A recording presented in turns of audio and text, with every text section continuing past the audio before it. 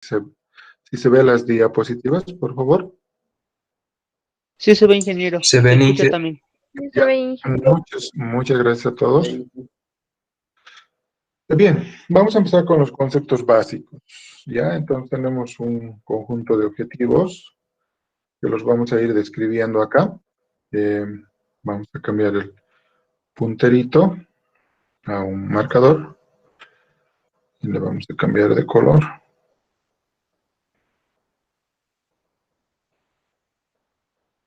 Listo.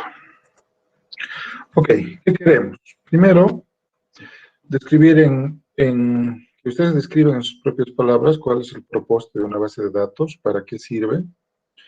Luego, conocer las desventajas del uso de archivos, por qué había antes el archivo y a qué se refiere.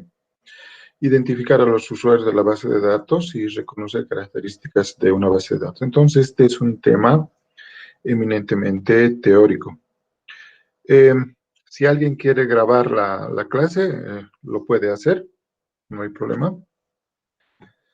Bueno, vamos a hablar de los conceptos básicos, vamos a describir qué es una base de datos, qué es el procesamiento de archivos tradicionales y cuál es la importancia para llegar a las bases de datos. Vamos a describir su propósito, los usuarios y las características importantes. Bien, vamos a partir por describir qué es dato y qué es información. Usualmente estos dos conceptos los manejamos de una manera similar, ¿no? A veces decimos traer los datos, traer la información, pero desde el punto de vista de base de datos, nosotros tenemos que estar absolutamente seguros y precisos en diferenciarlos los dos, porque no son lo mismo, ¿no? Dato, entonces, es un elemento de información representada en forma simbólica en un medio físico. Por ejemplo, edad, salario, nombre, cualquier dato que describa algo, ¿no? Puede ser monto de una cuenta de banco, fecha de creación de la carrera de informática o de sistemas, estatura de una persona, color de ojos, dirección en la que vive un empleado, etc. Ese es un dato, algo específico. En cambio, para generar información, usualmente información no la puedo generar con un solo dato. Necesito un conjunto de datos, ¿no? Un conjunto de datos que no son aleatorios, que tienen que estar relacionados. Por ejemplo, si yo colocaría en la ventana de búsqueda del SIS un código SIS de alguno de ustedes, me va a devolver los datos de alguno de ustedes, ¿no? Y esos datos no van a ser aleatorios, ¿no? No van a pertenecer a otras personas. Si el código SIS 2014-21218 pertenece a José, entonces yo voy a poder interpretar, dice el código SIS 21218 pertenece a José, que vive en la calle Pando 551, tiene un teléfono 77777777, y ha nacido el 20 de abril de 1995, por decir, ¿no es cierto? Entonces estoy haciendo una interpretación de esos datos. Entonces un dato es un elemento frío, es un elemento estático, y la información es cuando yo agarro esos datos no aleatorios, sí relacionados, y los puedo interpretar, ¿no? Como en el ejemplito acá, que dice, yo quiero saber el nombre de personas con edades mayores a 51 que comiencen con A. Entonces voy a buscar en la base de datos y me va a mostrar todas las personas que tienen más de 51 años o igual a 51 años y comiencen con A. Entonces yo voy a poder interpretar fulano de tal, y empieza con A, entonces va a ser Ángel y todos sus datos, Ángela y todos sus datos, Anita y todos sus datos, Ambrosio y todos sus datos, etc., ¿no? Entonces, primero diferenciar. Ahora, obviamente, estamos estudiando la materia de bases de datos y lo que queremos saber qué es una base de datos. Y bueno, base de datos es una colección de datos relacionados entre sí, cuyo propósito general es registrar y mantener información, por ejemplo, datos de un banco, de una universidad, de una empresa, etc. La ocurrencia aleatoria de datos no es una base de datos, al igual que un archivo no es una base de datos, ¿no? Entonces vamos a ir repasando frase por frase una colección de datos relacionados. Entonces todos los datos en la base de datos tienen que tener relación entre sí de alguna manera, ¿no? Entonces si pensamos, por ejemplo, en algo que todos conocemos, que puede ser la universidad, a nivel macro, ¿qué asociamos? Tenemos la universidad, tenemos las facultades, tenemos las carreras tienen sus programas de formación, los programas de formación tienen un conjunto de materias, los estudiantes se inscriben en esas materias de un programa de formación, los docentes dictan esos programas de formación, hay un conjunto de gestiones académicas, estamos en la gestión 2021, por ejemplo. Esta gestión se divide en dos periodos académicos principales, que son el 1-2021 y el 2-2021, pero también tenemos los cursos de temporada, que son el 3-2021 y el 4-2021. Bien, entonces, como podemos ver, todo está relacionado a un nivel macro. Ahora, si entramos, por ejemplo, a una de estas entidades, por ejemplo, las carreras, seguramente la carrera va a tener un código, una carrera va a tener un nombre, va a tener una fecha de creación, todos tenemos un logo, y todos tenemos todas las carreras tienen un número de años de formación. Entonces, como podemos ver, ya sea a nivel macro de todo el conjunto de elementos que componen la base de datos, o si entramos al detalle en alguno de estos, los datos tienen que estar relacionados entre sí, ¿no?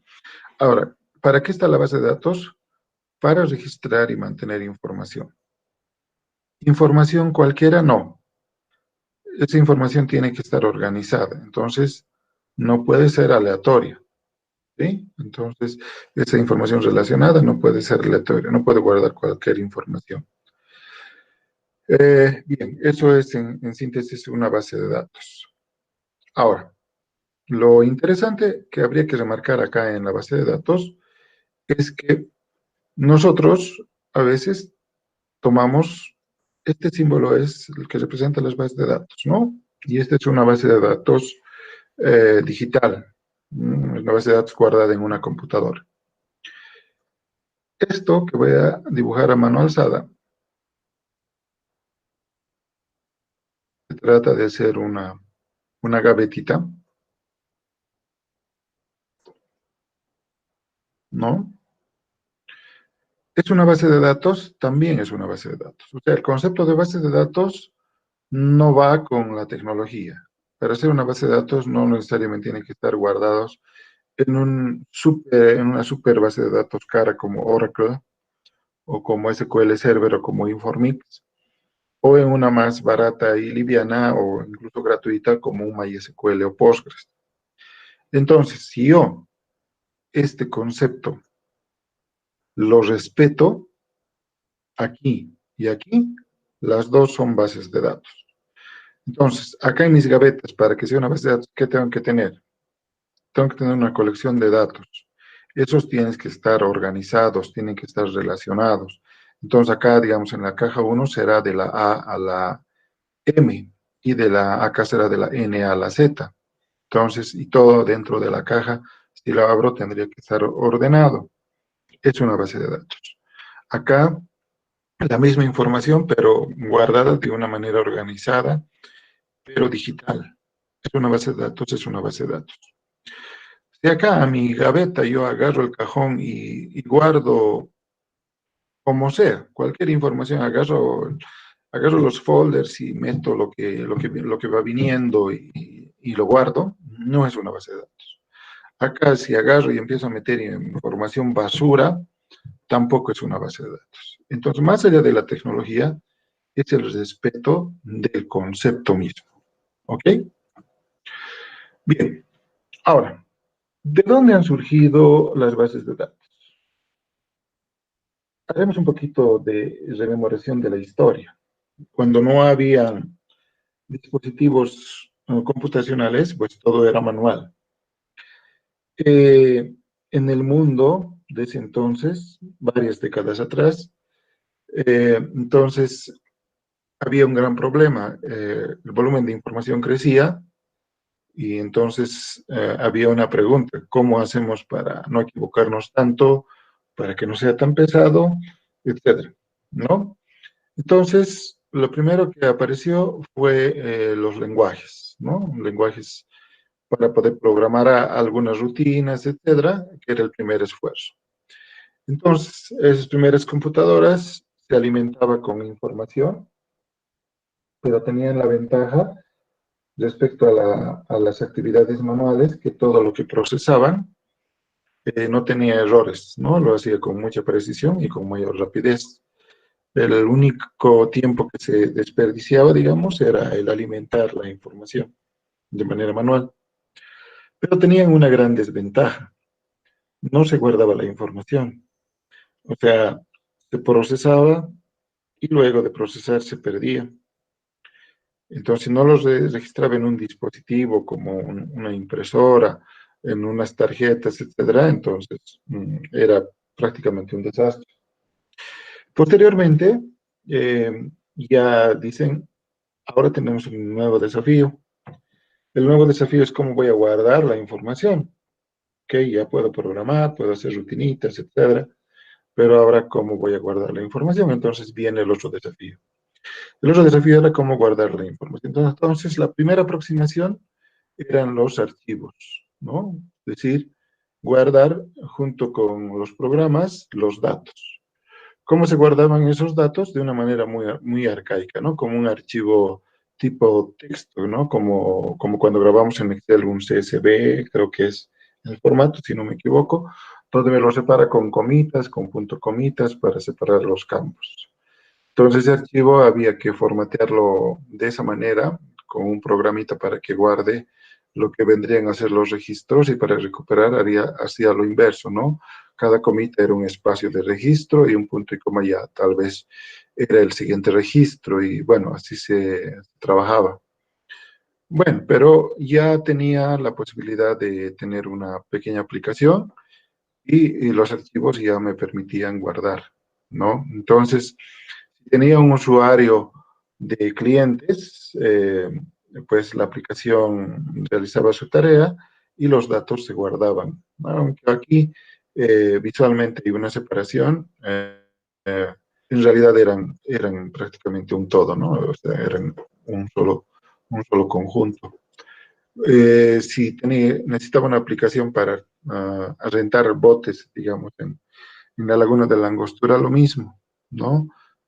Tenía la aplicación y eran los mismos clientes, y acá repetía a los clientes, por ejemplo, para guardar y alquilar los botes. Entonces, había un conjunto de problemas que ahora ya no tienen las bases de datos, ¿no? Primero, estaban aislados, no tendrían comunicación, había redundancia de datos, etc. Entonces, como pueden ver, el desarrollo de las bases de datos han ido evolucionando con el tiempo, y hemos llegado a un punto en el cual han aparecido las bases de datos, ¿no? Con un componente importante, el Database Management System, o DBMS, que es el manejador de base de datos. Entonces, este conjunto de aplicaciones de acá, descentralizado acá, que no había nada de por medio, era muy abierto, cualquiera podía entrar, ha aparecido un nuevo componente que es el núcleo, el eje, el cerebro, lo que quieran llamar, de una base de datos, y ha aparecido recién la base de datos tal cual es, ¿no? Entonces, entre nosotros los usuarios que mandamos requerimientos a un nivel en el cual nosotros nos entendemos perfectamente, porque todo lo que esta interfaz nos ofrece es a nuestro nivel de entendimiento, hay un conjunto de procesos hasta sacar la información de acá y devolvernos esos procesos hasta lo que nosotros podamos tener.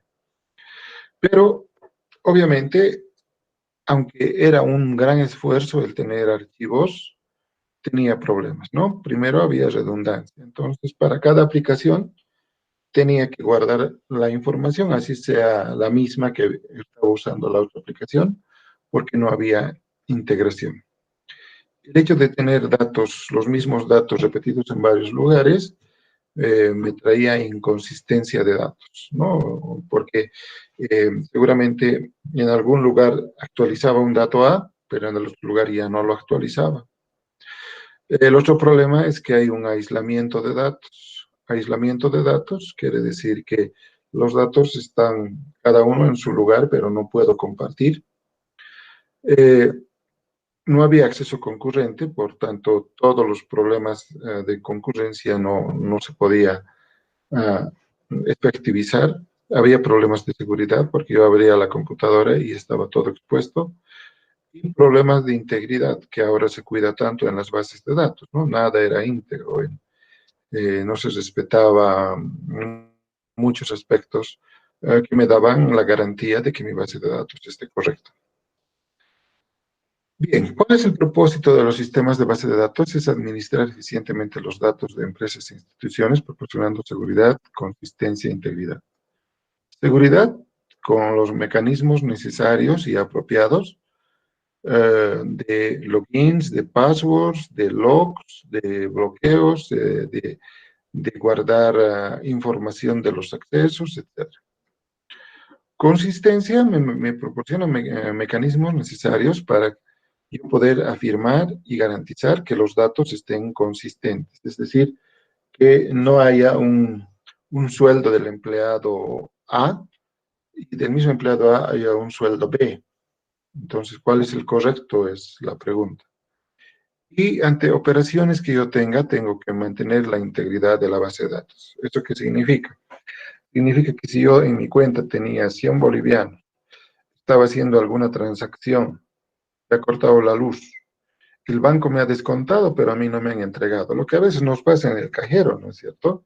Nosotros vamos al cajero, estamos en plena transacción, ya hemos descontado y resulta que o se lo traga nuestra tarjeta o no nos devuelve o ha habido un error en el sistema y dice ATM en mantenimiento, llame a tal lugar y en ese momento nos asustamos, nos desesperamos y bueno, el hecho de que haya descontado de nuestra cuenta los 100 bolivianos que estaba sacando y no nos haya dado nada, si eso no se corrige, está yendo en contra de la integridad de la base de datos. Es decir, en algún momento yo puedo decir, esta base de datos no es íntegra. Y al decir no es íntegra, significa que la base de datos tiene errores de inconsistencia de los datos.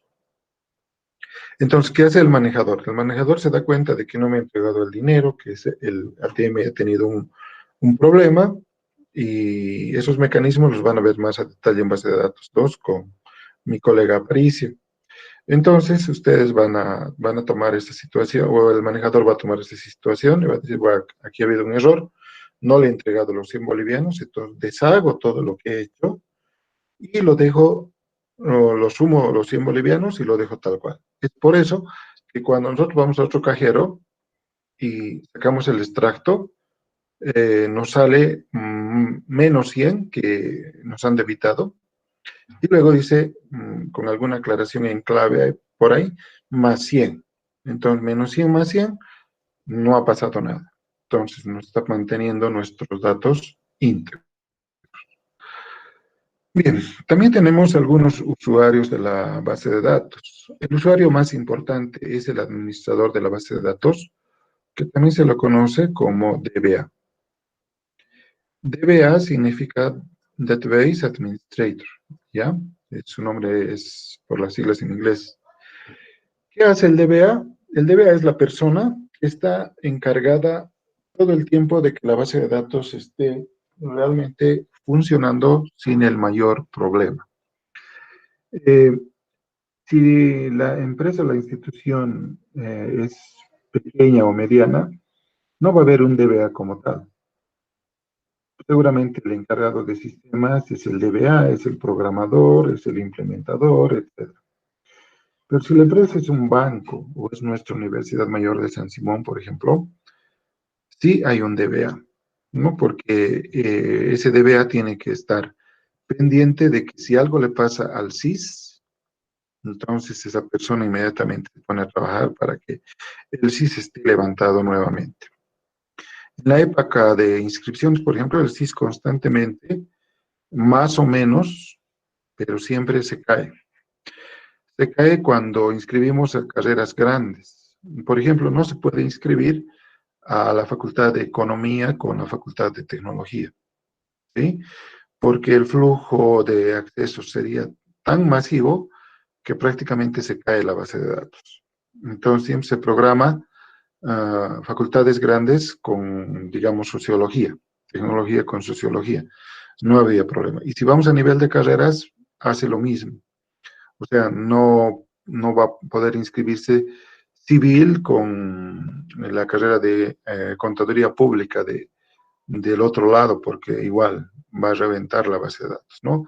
Entonces, todas esas decisiones las hace el DBA porque sabe que la capacidad de atención de la base de datos se va a extralimitar y se va a caer, ¿no? Entonces, en resumen, decide que se almacena, define políticas de seguridad, garantiza el funcionamiento de la base de datos, garantiza quién y cuándo el usuario tiene acceso a la misma y se encarga de mantenerla. Un segundo grupo de usuarios son los programadores de aplicaciones, ¿no? Entonces, estos programadores interactúan fuertemente con el DBA, ¿no? Entonces, el DBA les da porciones de la base de datos para que hagan, por ejemplo, las pruebas y coordinan con él para implantar cuando ya todo está acabado. Entonces, estos profesionales no pueden trabajar si no tienen una fuerte conexión de trabajo con el DBA. Y los usuarios finales interaccionan con el sistema sin escribir programas. Entonces aquí están cajeros, secretarios y cualquier persona que no toque el código, simplemente usa el sistema. Y a través del sistema, obviamente, usa la base de datos. Bien, hablemos de algunas características importantes de las bases de datos. La primera es abstracción. ¿Qué significa abstracción? Que el sistema esconde ciertos detalles de cómo se almacena y mantiene los datos. Eso implica que a nivel de nosotros, por ejemplo, vamos a suponer que estamos navegando en Instagram, ¿sí? Y estamos viendo a lo que estemos suscritos, ¿no? Entonces, en ese momento, nosotros puedo postear algo, colocar algo, comentar algo, etcétera. O buscar algo. Busco y me recupera lo que estoy buscando y me muestra. Eso es abstracción. Ustedes cuando se inscriben tienen una interfaz. Esa interfaz es una interfaz web. Entonces el SIS tiene una interfaz web que se llama WebSIS, ¿no? Que es la cara web del SIS. Entonces, esa es una interfaz donde ustedes escogen sus materias, escogen los grupos, escogen el docente y se inscriben. No saben qué pasa más abajo. Eso es transparente. Entonces, ustedes saben que ya se han inscrito, pero ¿qué tareas ha hecho exactamente el programa? ¿Qué tareas ha hecho el DBMS? No lo saben. Entonces, eso es abstracción de datos. Y es que el sistema, como dice en resumen, esconde ciertos detalles de cómo se almacenan y mantienen los datos. Y se esconde la complejidad a través de distintos niveles de abstracción. Entonces, nivel físico describe cómo se almacenan realmente los datos. Eso es el trabajo interno de la base de datos. Nivel conceptual describe qué datos son realmente almacenados en la base de datos y las relaciones que existen entre los datos. Para llegar al nivel físico, yo necesito armar un esquema conceptual, ¿no? O sea, es como que la arquitectura de la base de datos con el cual yo me puedo entender a este nivel físico. Pero este nivel conceptual, obviamente, va a interactuar con este nivel de vistas, ¿no? Entonces, ustedes cuando se inscriben tienen una vista de la base de datos. Yo como docente tengo otra vista de la base de datos. Entonces, nuestras vistas son porciones de toda la base de datos que estamos viendo. Y cuando hacemos alguna operación, entonces se transforma a un nivel conceptual, que es un nivel intermedio, y eso se transforma a un nivel físico, que es el que realmente trabaja. Algunas características importantes de las bases de datos: control de redundancia, ¿sí? Eh, por ejemplo, ustedes, no sé, pero yo supongo que todos, porque ahora es más difícil hacer carreras paralelas, tienen que casi estar acabando la primera carrera para hacer la segunda o acabar la primera para hacer la segunda. En cambio, antes podías hacer simultáneamente dos carreras. Entonces, si tú estás estudiando, mucha gente que estudia sistemas estudia informática. Y mucha gente que estudia informática también estudia sistemas posteriormente. Entonces, en ese caso, tus datos de alumno, si estabas inscrito, por ejemplo, en informática y estás terminando o has terminado informática y luego te inscribes a sistemas, entonces no hay la posibilidad de que se dupliquen tus datos personales. Entonces, simplemente tus datos como alumno se van a asociar a la nueva carrera, que es sistemas.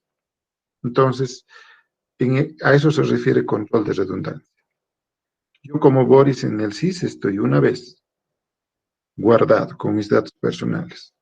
Y ustedes también están guardados una vez con sus datos personales.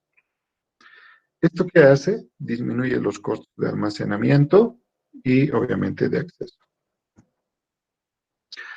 Datos compartidos.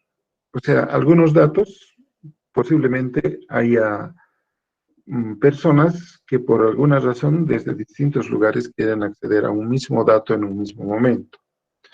Entonces, ahí me proporciona estos mecanismos de bloqueo en el acceso a los datos. Entonces, yo es como, ahorita podríamos tener una pizarra de 1 metro por 1 metro, pequeña, en la pared. Entonces, yo digo a 10 de sus compañeros, a ver, vengan y todos a la vez escriban en la pizarra. Si la pizarra es de 1 metro por 1 metro, no lo van a poder hacer, ¿no? ¿Qué tienen que hacer? Harán una fila y escribirá el primero y cuando acabe, y luego vendrá a escribir el segundo y cuando acabe, escribirá el tercero, etcétera, hasta llegar al décimo. Eso es un mecanismo de bloqueo, muy similar al que usan las bases de datos. Si yo estoy escribiendo, entonces mientras yo estoy terminando de escribir, me va a poner en un estado de espera a mí, otra persona que estoy tratando de acceder. Y cuando la primera persona termine de escribir el dato que estoy modificando, entonces la segunda va a entrar y recién va a poder acceder. ¿Eso por qué? Para no tener la posibilidad de que mientras yo estoy modificando, la otra persona modifique y al final no vamos a saber cuál es el dato real que se ha modificado. En cambio, eso pasa cuando hay escritura. Cuando hay lectura, es diferente. En esa misma pizarra de 1 metro por 1 metro. Si yo como docente escribo algo, por ejemplo, base de datos 1, días de presentación de trabajos, me levanto y a los 10 les digo, lean. ¿Pueden leer? Sí, los 10 van a poder leer, porque hay una gran diferencia entre escribir y leer, ¿no? Entonces, todos miramos la pizarra y leemos. Pueden leer 10, 20, 30 también, no hay problema. Entonces, el problema está cuando escribimos un dato y otra persona con su acceso está queriendo acceder al mismo dato. En ese momento, entonces, hay un bloqueo. Este es tema de base de datos 2, pero les estoy dando la idea al respecto. Luego, también me permite proporcionar restricciones de acceso, como por medio de creaciones de vistas y claves de acceso, ¿no? Entonces, lo que yo les dije, ustedes como estudiantes tienen una vista, yo como docente tengo una vista, el decano tiene otra vista, los usuarios SIS tienen otra vista. Los usuarios SIS son los que trabajan trabajando sobre el SIS mismo, ¿no? Los de la UPSI que se llama, ¿no? Los que administran el SIS. Entonces ellos son usuarios SIS. Ellos son los que tienen mayores privilegios, ¿no? Ellos pueden hacer y deshacer con el SIS. El decano puede ver todo, toda la facultad. El director de carrera tiene una vista, puede ver toda la información de una carrera específica. Y el rector puede ver toda la universidad, la información de toda la universidad. Entonces, cada una son vistas. Y para tener una vista, cada uno tiene también su propia clave de acceso. Bien, estos son ejercicios solamente para estudiar, ¿no? Para que vayan repasando. Entonces, Ese es el primer tema, muy cortito, y vamos a ver a continuación el segundo tema, que también es muy cortito. Y vamos a hablar del DBMS y su arquitectura. Entonces, al concluir el capítulo, queremos conocer importancia y función del DBMS, los lenguajes que utiliza, diferenciar entre lo que es modelo, esquema, instancia, qué es independencia de datos y los niveles de abstracción. Vamos a hablar entonces de la definición del DBMS, los modelos, los lenguajes que usa, qué es modelo, esquema, instancia, la arquitectura y la independencia, y finalmente los niveles de abstracción. ¿Qué es un DBMS? DBMS es un sistema. Un segundito, voy a volver a colocar mi punterito.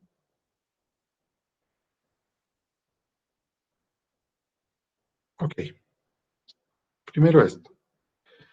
Entonces, un DBMS es un conjunto de programas que maneja todo acceso a la base de datos. Permite administrar eficientemente los recursos de datos y proporciona seguridad y recuperación ante fallos. Algunos dicen que es el cerebro de un sistema de base de datos, porque prácticamente, igual que nuestro cerebro trabaja, no hay nada que podamos hacer nosotros sin que nuestro cerebro se entere, voluntariamente o involuntariamente. Pasa lo mismo con el DBMS. Cuando estemos experimentando, van a ver, eh, tratar de encontrar las bases de datos a través de búsqueda de directorios, etc. No lo van a poder hacer, porque están encriptadas, porque están ocultadas, etc. Porque el único camino para poder obtener esa información es a través del DBMS. En el DBMS podemos reconocer dos lenguajes importantes. A estos dos lenguajes vamos a volver en el último capítulo del SQL, porque ahí los vamos a ver funcionando. Uno es el Data Definition Language, o lenguaje de definición de datos, y el otro es el Data Manipulation Language, o lenguaje de manipulación de datos. También me proporciona seguridad e integridad. Ya hemos explicado a qué se refiere la seguridad e integridad. También hemos explicado a qué se refiere la recuperación, con el ejemplo de la tarjeta que les di. Y el control de concurrencia, ¿no? Cuando dos o más personas quieren acceder a modificar un dato o escribir un dato y no lo pueden hacer al mismo tiempo, ¿no? Entonces, eso es control de concurrencia. Ahora, algo importante es remarcar que todo tipo de sistema de base de datos tiene un DBMS, ¿no? Por ejemplo, nosotros nos vamos a centrar en este. Este va a ser el núcleo y el eje de nuestro estudio. Base de datos relacional que tiene un DBMS.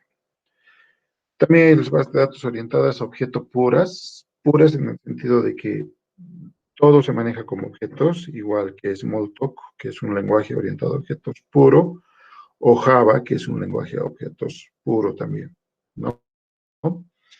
Solo que las bases de datos orientadas a objetos puras no han tenido el impacto que han tenido los lenguajes. ¿Por qué? Porque no hay forma más sencilla de guardar datos que una base de datos relacional. En base de datos 2 también van a ver que hay otro tipo de bases de datos distribuidas que tiene un Distributed Database Management System, o un manejador de base de datos distribuido. O si pensamos, por ejemplo, en una base de datos deductiva, entonces vamos a decir que tiene un DBMS más un motor de inferencia que en base a reglas infiere ciertas cosas nuevas. Entonces, en resumen, para cualquiera que sea el tipo de base de datos, no están todas acá tampoco, el DBMS es el cerebro del sistema de base de datos. Ya, ahora, ¿qué es el DDL? El DDL, como su nombre lo dice, permite definir la estructura de la base de datos. Es decir, son metadatos, y metadato quiere decir datos acerca de los datos. Al decir estructura de datos nos referimos a esto, ¿no? Por ejemplo, mi tabla se va a llamar alumno, va a tener nombre, dirección, teléfono y edad. Y seguramente voy a decir el nombre, va a ser un varchar de 25 caracteres, la dirección va a ser un varchar de 30 caracteres, el teléfono, bueno, no voy a sumar, restar ni dividir, va a ser un varchar de 8 caracteres y la edad va a ser un integer definido de, si es un alumno de universidad, digamos en el peor de los casos, de 15 a 60, ¿no? Entonces estamos definiendo la estructura de la tabla alumno en la base de datos. En cambio, el DML es el, como su nombre lo dice, manipula, es decir, me permite sacar información. Entonces, sobre esta misma tabla yo estoy diciendo, seleccionar todos los campos, el asterisco es un comodín, esto lo vamos a ver después, pero es un comodín que me dice quiero toda la información que hay de la tabla alumnos, donde la edad sea igual a 21. Entonces, ¿qué estoy sacando? ¿Qué estoy pidiendo que me muestre la base de datos? Estoy pidiendo que me muestre toda la información de los alumnos que tienen 21 años. Ahora, cuando decimos manipulación de datos, queremos decir recuperación de información almacenada en la base de datos, o podemos insertar información nueva, o podemos borrar información, o podemos modificar. Entonces, el objetivo es proporcionar una interacción eficiente entre las personas y el sistema. Bien, otro aspecto importante es el modelo de datos. Modelo es una representación abstracta de la... Un cachito, por favor. Voy a corregir. De la realidad. Ahora sí. Bien, sigamos. Entonces, un modelo es una representación abstracta de la realidad. Entonces, aquí tenemos dos formas de ver. La primera es un empleado que tiene 4 campos y esta es una representación del modelo que nosotros le llamamos relacional, ¿no? Entonces, este es relacional. Y este es otro tipo de modelo que es el modelo entidad-relación. Es la misma información, podemos expresarla de una forma o de otra forma. Son dos modelos distintos. Ahora, hay distintos modelos que usamos. Dentro de esto están los modelos lógicos basados en objetos. El que nos interesa es el primero, el modelo entidad-relación. Pero también hay modelo orientado a objetos, binario, semántico, ontológico, funcional.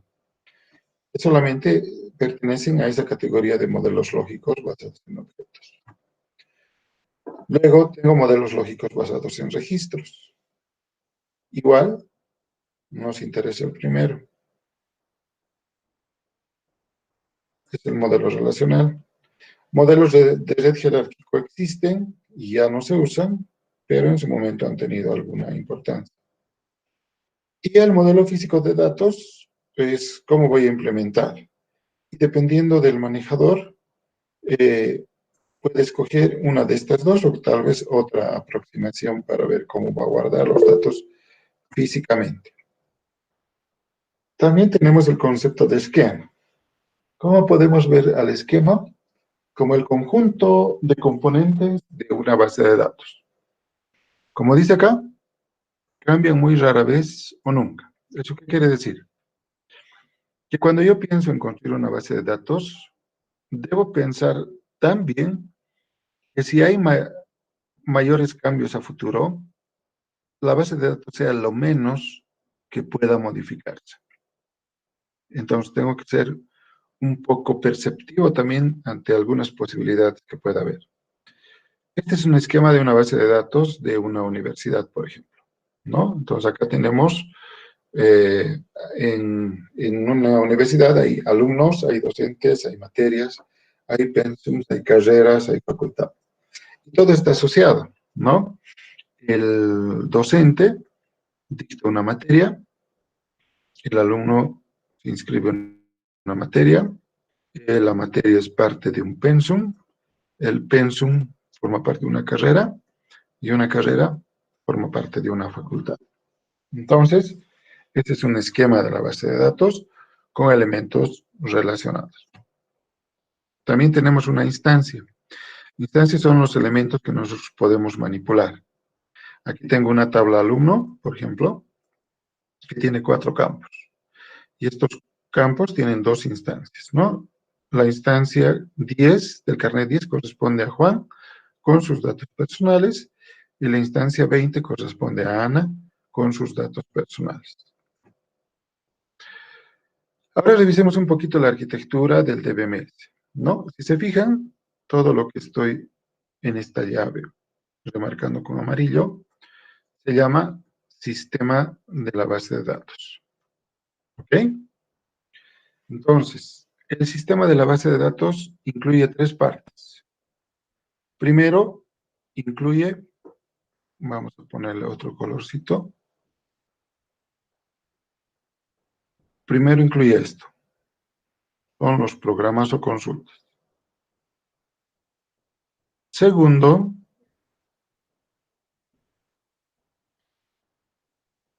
incluye el DBMS mismo. El DBMS es esto.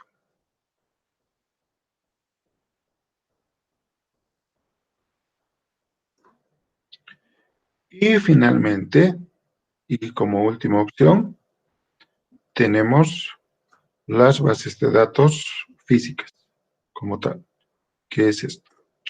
Y aquí tenemos la diferenciación entre lo que es metadatos y datos. En estos metadatos están las estructuras de datos. Si es un alumno, entonces, ¿cuántos campos tiene alumno?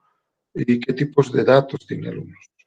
Si es docente, ¿cuántos campos tiene docente? ¿Qué tipos de datos es docente? Y aquí están los datos. Aquí están la lista de docentes. Aquí está la lista de estudiantes asociados a sus metadatos. Como pueden ver, entre estos dos hay una ligación no física, sino lógica, ¿no? Porque cada metadato corresponde a sus datos.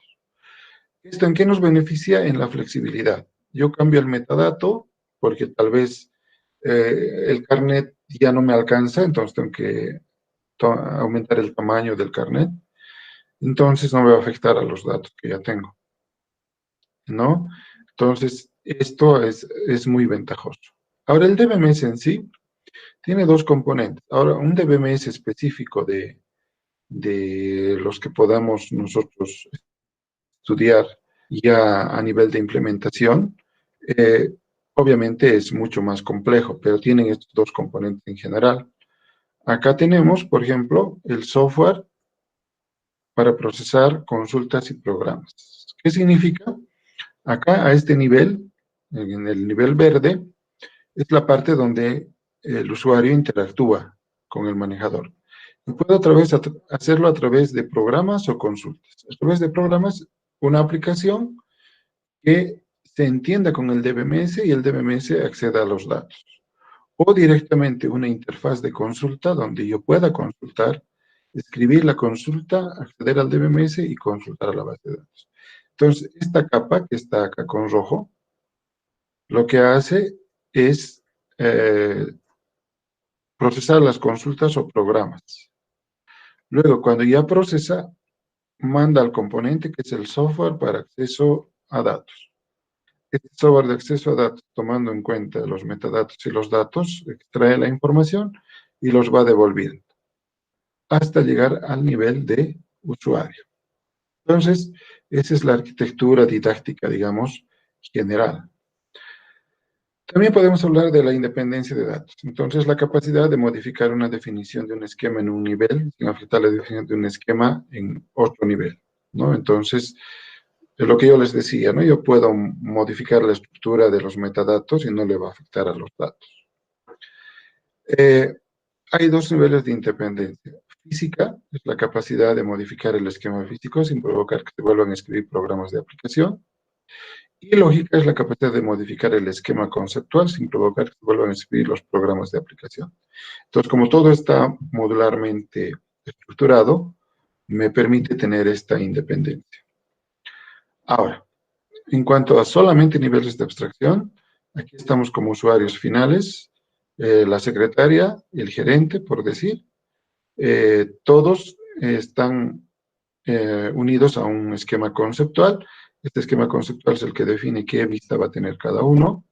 Este esquema conceptual se va a comunicar con un esquema interno, que es el que sabe cómo sacar la información de las bases de datos. Entonces, hay el nivel de vista, el nivel conceptual y finalmente el nivel físico. Y aquí algunos ejercicios para repasar también. Ok, esos son los dos primeros capítulos, son eminentemente teóricos.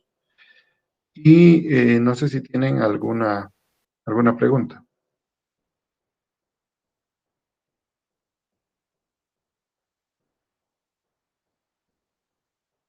Ninguna.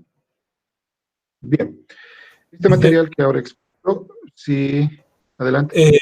¿Será que nos puede mandar las diapositivas para seguir Sí, estudiando? eso les iba a decir, ¿no? En el transcurso del día lo voy a convertir a PDF y voy a mandar las diapositivas y información complementaria para que vayan a estudiar.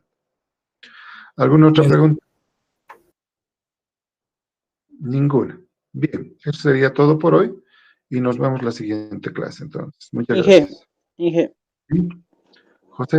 una consulta. Los ejercicios que hay en cada fin de tema tienes que responder, Para digamos, para estudiar, es nosotros nomás. para estudiar nomás, sí. Y yo les voy a avisar cuando tengan que estudiar para una evaluación. ¿Ya?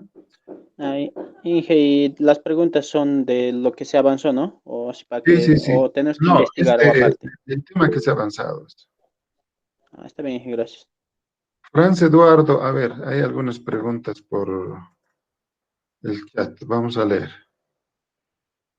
Wara, ¿será que puede grabar algunos? Tenemos choques de materia, por favor. Como yo les dije, hay algunos cursos que para mí son importantes grabar y otros que no. Esto es solamente teoría.